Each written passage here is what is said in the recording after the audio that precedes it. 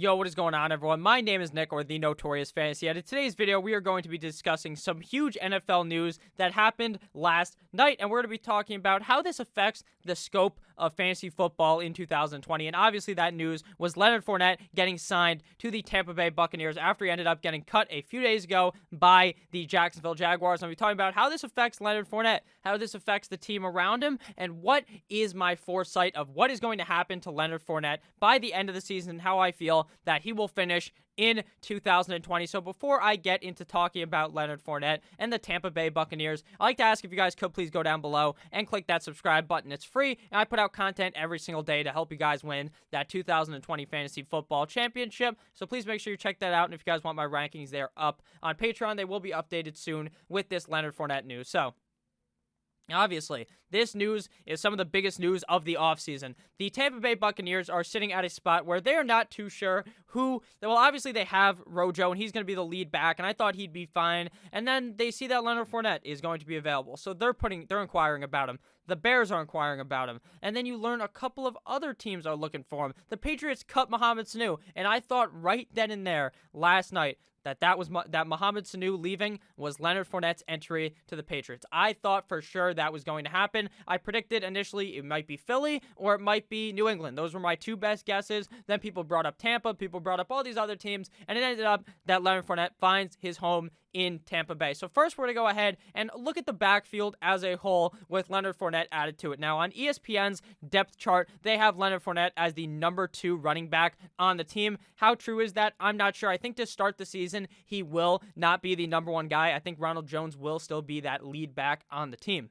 So Ronald Jones is still listed as the running back 1, and I believe that's how he will go into the season. Running back 2, Leonard Fournette. 3 and 4 are, to me, they could be flip-flopped. It could be LaShawn McCoy, could be Keyshawn Vaughn. Now, Bruce Arians doesn't really deal with rookie running backs all that well. Keyshawn Vaughn, obviously a rookie running back, so I wouldn't be surprised if he was really squished down there with Keyshawn Vaughn. Now, as of right now, I don't think the report came out of how much money they paid Leonard Fournette, and I assume it's not a lot of money considering he's still on his rookie deal, and obviously this year was going to be the prove-it deal for Leonard Fournette for him to potentially get a bag somewhere else, because it seemed like the Jacksonville Jaguars did not want him at all. Obviously, they didn't want him at all because they fucking cut his ass, so now he's in this scenario where he is kind of going to be stuck in a situation of not being the lead back like he was in Jacksonville. In Jacksonville, he was so good because he was a workhorse for this team. They were force-feeding the ball. They were running the treads off the tires of Leonard Fournette. Now here, it is going to be much more of a balanced approach. It's not just going to be Ronald Jones, and it's not just going to be Leonard Fournette.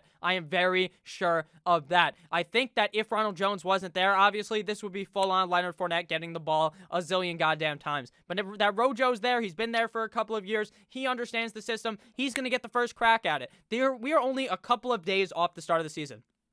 The season starts, today's Thursday.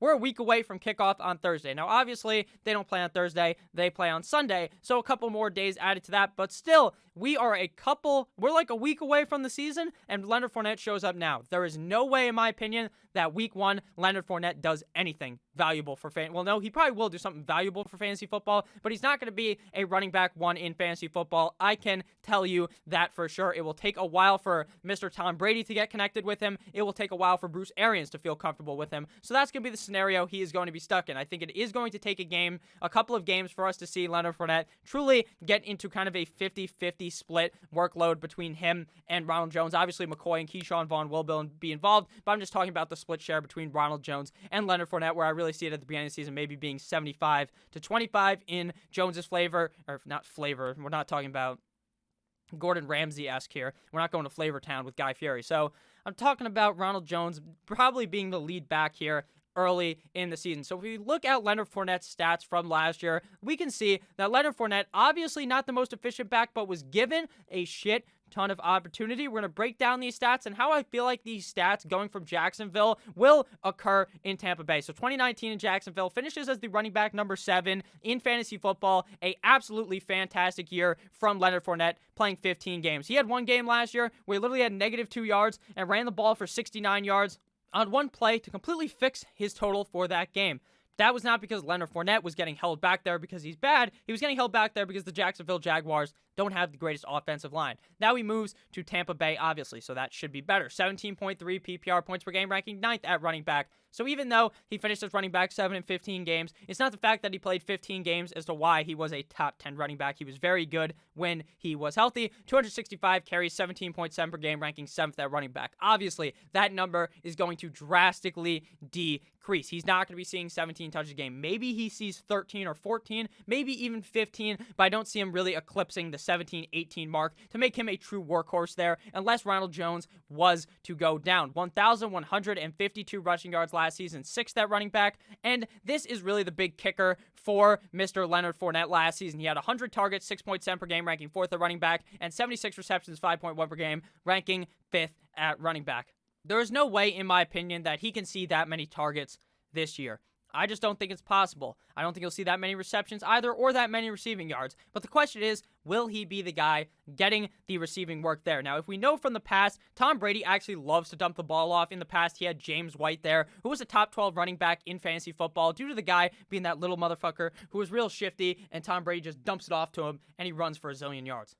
Leonard Fournette, in my opinion, not going to be in the third down kind of role where he's going to be seeing a lot of pass catching opportunity. I think what we're going to see him do is become eventually the 1-2 guy on the team, the first and second down running back. I don't think he sees a lot of third down work. Now, last year, something that really hurt him for the Jacksonville Jaguars was his touchdown total. He only ended up scoring 3 total touchdowns last season, which obviously really took a toll on his point total. And even with that taking a toll on his point total, he still finished as a top 10 guy. But to me, for him being in Tampa Bay, he's going to really have to up that touchdown total to finish as one of those guys inside of like the top 20, top 10 at running back. If he was to finish as like a top 10 guy, it would be the fact that he scores 18 touchdowns because Tom Brady is just marching down the field and Leonard Fournette's the goal line back. I fully expect that. Leonard Fournette should be insta-lock to walk straight into the end zone. The guy's big. He's a bruiser. He can walk straight through guys and march into the end zone. So that wouldn't surprise me really at all. But again, I'm not sure if the usage will be strong early enough in the year for him to get to a super high touchdown total. Now, what are my predictions for him in Tampa Bay? I honestly think he is either going to finish probably as a low-end running back 2, not like the super highest guy at running back 2, but a guy you don't hate starting on a week-to-week basis, and a guy with a whole lot of upside, though, on a week-to-week basis, because obviously he's going to be playing on an offense in Tampa Bay that is going to be scoring a whole lot of points, and Leonard Fournette is obviously going to be involved in that.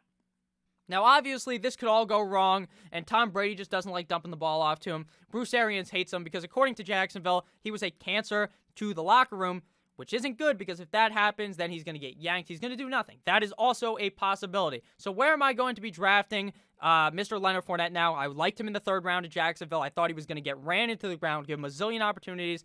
They obviously ran him straight into the ground, and they ran him out of town over there in Jacksonville. So my opinion on him, I think I'd pick him in like the 5th or 6th round.